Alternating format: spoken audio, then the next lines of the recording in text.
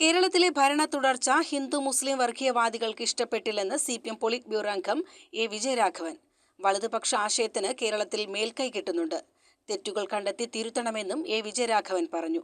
പെരിന്തൽമണ്ണയിൽ EMSന്റെ ലോകം ദേശീയ സെമിനാറിൽ സംസാരിക്കുകയായിരുന്നു അദ്ദേഹം.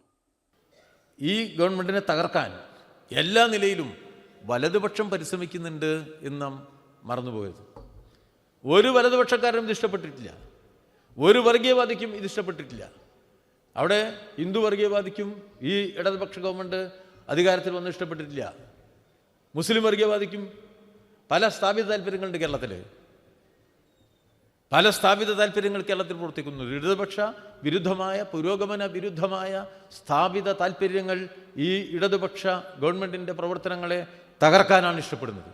കേരളത്തെ പ്രതിലോമവൽക്കരിക്കുക എന്ന അജണ്ട വെച്ചുകൊണ്ട് നീങ്ങുന്ന ഒരു വലതുപക്ഷമുണ്ട്. വിവിധ തരത്തിലാണത് പ്രവർത്തിച്ചു പോകുന്നത്.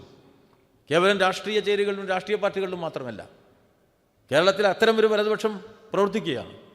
അവരുടെ ലക്ഷ്യം കേരളത്തിലെ ഇടതുപക്ഷ അടിത്തറയെ തകർക്കുക എന്നുള്ളതാണ്. ഒരു ദശാബ്ദം കൊണ്ട് രാജ്യത്ത് ഇടതുപക്ഷ സാന്നിധ്യത്തിന് വലിയ തിരിച്ചടിയുണ്ടായെന്നും വിജയരാഘവൻ പറഞ്ഞു. പാർലമെന്റ് അംഗങ്ങൾ 43 നിന്ന് 3 കുറഞ്ഞു. ഇന്ത്യൻ വലതുപക്ഷത്തിന് ഇടതുപക്ഷത്തെ തകർക്കാനായി. തീവ്ര വലതുപക്ഷത്തിന് മേൽക്കൈയുള്ള രാജ്യത്ത് കേരളത്തിൽ മാത്രം ഇടതുപക്ഷത്തിന് പിടിച്ചു നിൽക്കാനായി. കേരളത്തിലെ ഭരണ തുടർച്ച വലിയ നേട്ടമാണ്. പാർലമെന്റ് അംഗങ്ങളെ കൊണ്ട് മാത്രമല്ല കമ്മ്യൂണിസ്റ്റ് പാർട്ടി പ്രവർത്തിക്കുന്നത്. പുറത്ത് പാർട്ടി ബഹുജന പ്രതിരോധങ്ങളുടെ ഭാഗമാവണമെന്നും അദ്ദേഹം കൂട്ടിച്ചേർത്തു. 2-3 സംസ്ഥാനങ്ങളിൽ കേന്ദ്രീകരിച്ച നമ്മുടെ സാന്നിധ്യത്തെ വളരെ ഫലപ്രദമായി തകർക്കാൻ നമ്മുടെ വലതുപക്ഷ ശക്തികൾക്ക് സാധിച്ചു എന്നുള്ളതാണ് കഴിഞ്ഞ ഒരു ദശകകാലത്തെ ഇന്ത്യൻ രാഷ്ട്രീയ, 1.5 ദശകകാലത്തെ ഇന്ത്യൻ രാഷ്ട്രീയ അവസ്ഥ നോക്കിയാൽ നമുക്ക് കാണാൻ കഴിയാം.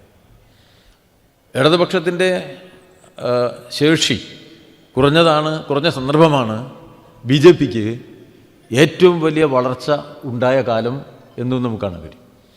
ഇപ്പോൾ പടിഞ്ഞാറൻ ബംഗാളിലെ, ത്രിപുരയിലെ, കേരളത്തിലുമുള്ള സാന്നിധ്യം ഉപയോഗിച്ചാണ് നമ്മൾ നല്ല ഇടപെടൽ ശേഷി ഇടതുപക്ഷത്തിൻ്റെതായിട്ട് നടത്തിയിട്ടുള്ളത്. വെള്ളിയാഴ്ച 2 വേദികളിലായാണ് സെമിനാർ നടന്നത്. കേരളം EMSന് ശേഷം എന്ന seminar doctor TM Thomas Isaac ഉദ്ഘാടനം ചെയ്തു.